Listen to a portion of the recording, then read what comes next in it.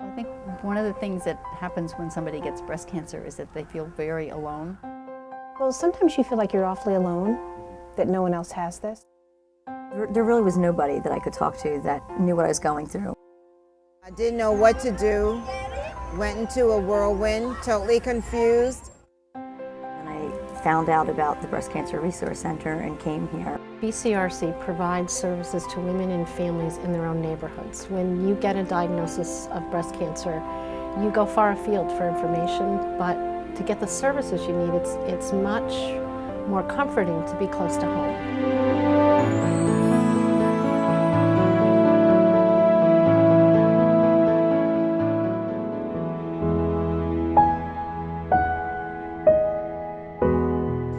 BCRC was established in the early 70s, and it started off as one water exercise program developed by an exercise instructor who was also a breast cancer survivor. It had a different name. It was originally called Encore, and it was the first program of its kind nationally. I think it's important to have the Breast Cancer Resource Center in Princeton. It's important to have the Breast Cancer Resource Center in every community if they could. When we started this in 1972, it was so successful that by 1977, the YWUSA nominated this program as one of the hallmark programs. The location is really important. We're not affiliated with a hospital, and so we're outside of that hospital setting. The Bramwell House, where the Breast Cancer Resource Center is located at the YWCA Princeton, is just that. It's a house. There's a living room, there's a kitchen, there's comfortable places for support groups and meetings where people can really feel like they're outside of that hospital setting. Because of what we started as a swim instructor, there are 200 breast cancer resource centers in YWCAs across the country.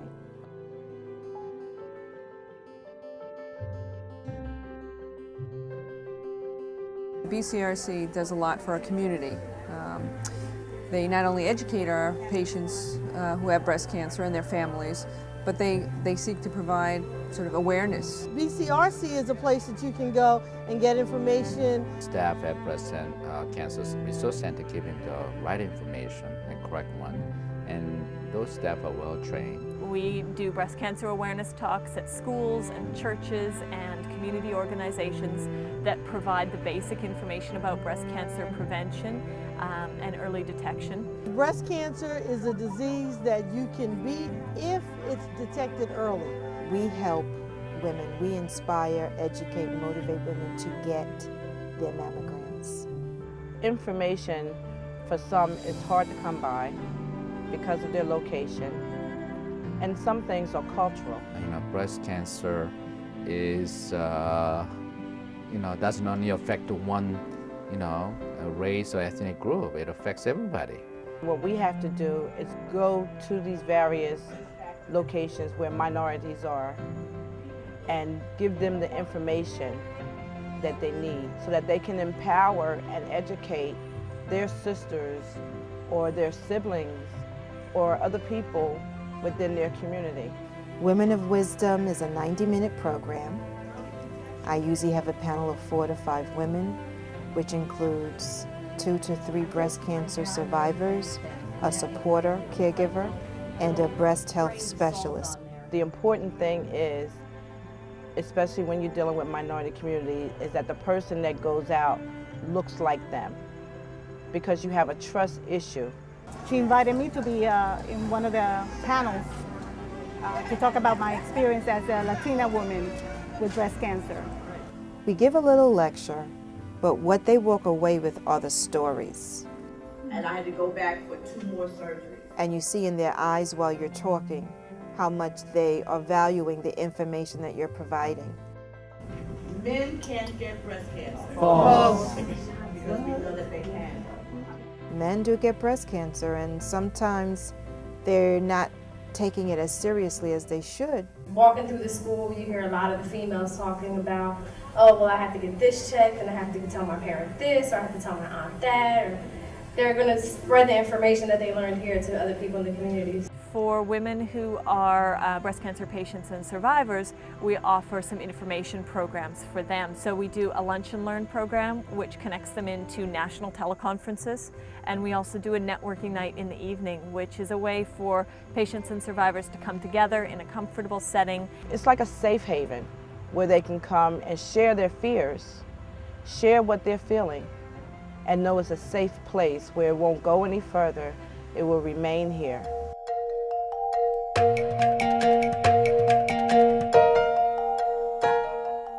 The Breast Cancer Resource Center does so much more, even with those that are uninsured or underinsured.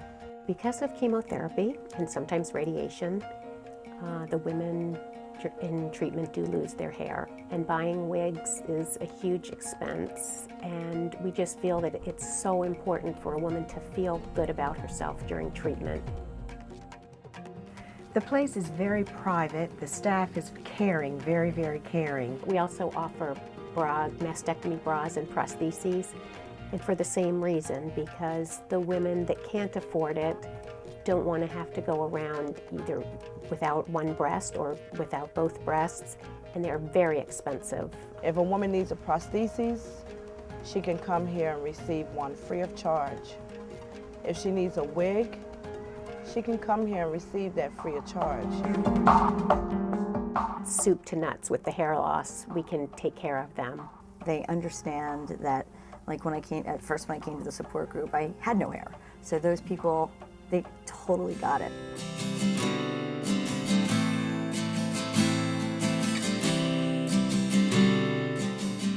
When you're newly diagnosed, you feel really alone. You're often the only one. You might know some people who've had that diagnosis, but it's pretty scary. Once she started here, other people were having the same things. I said, well, she's not alone with this. And when I was first diagnosed, I knew nothing about breast cancer, and I was terrified. I'm going to be, disfigured. I'm going to be sunburned. I may not make it through this. I may die. Patients with diagnosed breast cancer who participate in support groups like BCLC have a lot better prognosis, better chance of survival and cure. It's been well documented. I think that a group like this really is empowering for women because they do learn about new treatment options, so they might actually address those things with their physicians. They hear from other women that there are comprehensive cancer centers in the area with specialists that only treat breast cancer. We also have a young women's breast cancer support group, and that's open to women who've been diagnosed under the age of 45. And that group has some specific concerns that often aren't met in a general breast cancer support group. Well, when I was diagnosed, I didn't feel like there were many people my age that really could help me. They often talk about things like raising young children or talking to their children about breast cancer. Like the young women's support group was the thing because there were other people who had children and we could kind of trade stories. And that's really what it was because some of the people were really in treatment at the time that I was. So we talked about how did your kids react. The one thing that I really enjoy is the women. They are amazing, amazing women, with everything that they've been through. What I've been through is nothing. Some of these are like stage 4 and they still have such a great attitude, and it's inspiring and encouraging. Not long after I was diagnosed with metastasis, the Breast Cancer Resource Center started an advanced breast cancer support group, and that has made an enormous difference in my life.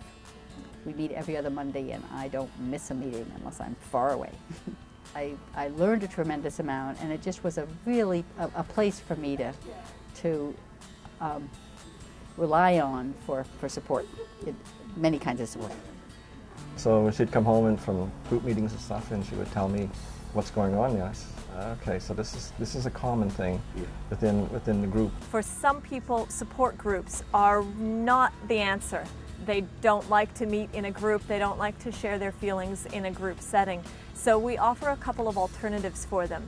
One is private counseling. We have a wonderful social worker who has agreed to offer free private counseling sessions here at our offices for women who need some professional support and want to do that in a one-on-one sort of setting. So that's available free of charge.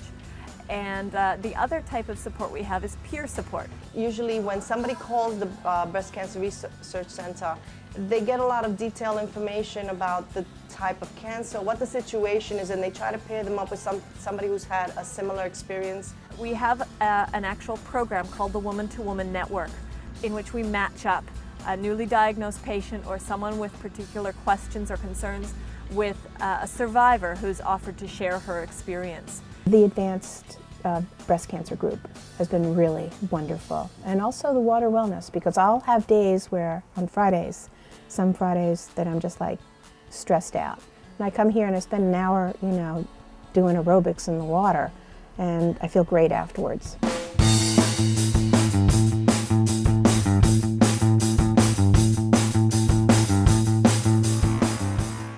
We offer a whole array of fitness classes, and all of these are only offered to breast cancer patients and survivors, so the women never need to feel like they're too weak to do something, or they have scars, or they are bald at the time, or whatever it is. It's a very nurturing environment, and everything is geared towards the level that they can do it at.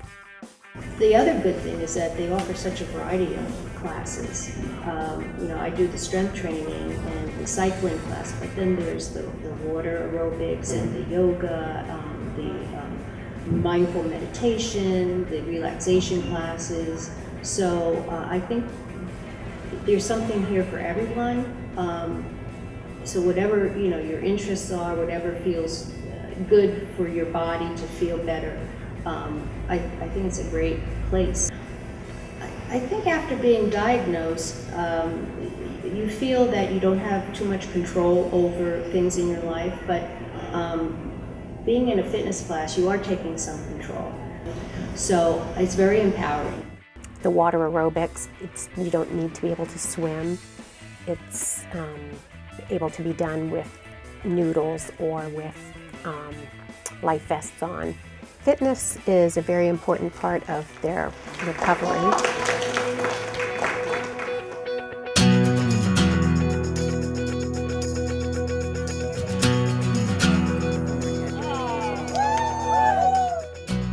There's a time when cancer survivors post-surgery were told not to do any activity.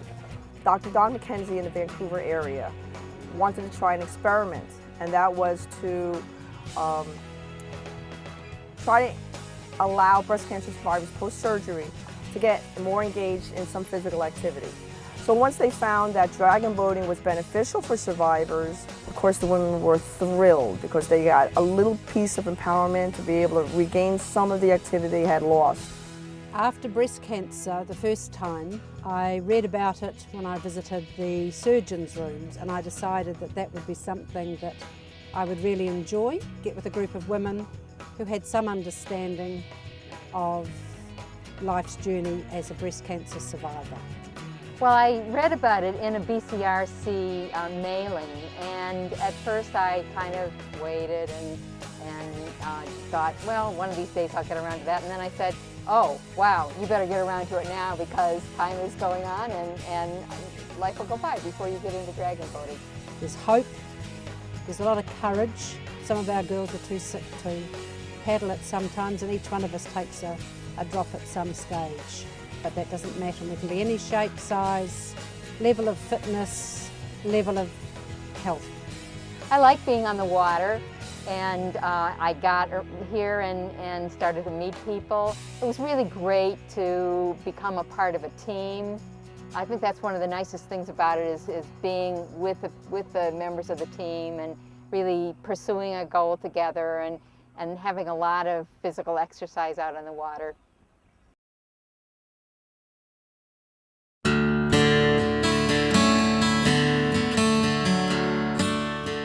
We've called it a nurturing retreat because for many women, especially women with children, holding down jobs, families, nurturing is few and far between for them. They spend the weekend doing various types of activities. They are offered things like Reiki and massage and reflexology and private counseling. Women, when they leave from the retreat, have some idea what's available to them through BCRC for nurturing and self-nurturing. And then at the end of the event there is a prayer flag ceremony, and it's a way for them to send their prayers for their future or for others that they've met, people they may have lost, out into the wind over the sea, hopefully taking some time to forget a little bit about their breast cancer experience.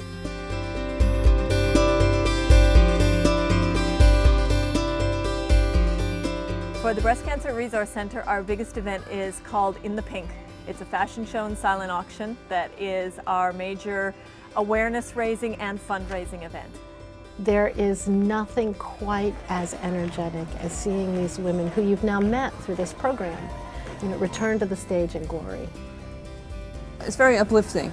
Some of them have very early disease, some of them unfortunately don't have such early disease, but to see them still wanting to get out there and help the community and provide awareness.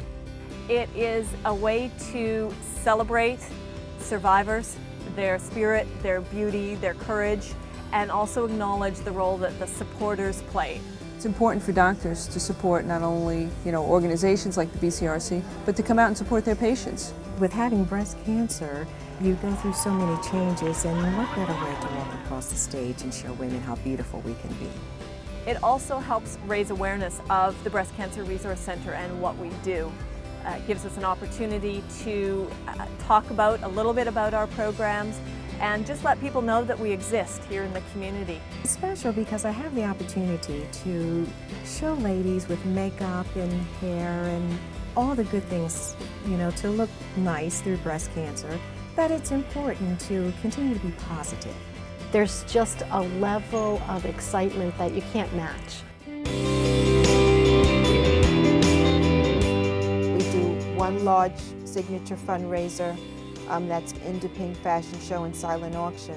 But it's through funds, it's through the financial support of the public, the donations, that help us to keep our doors open.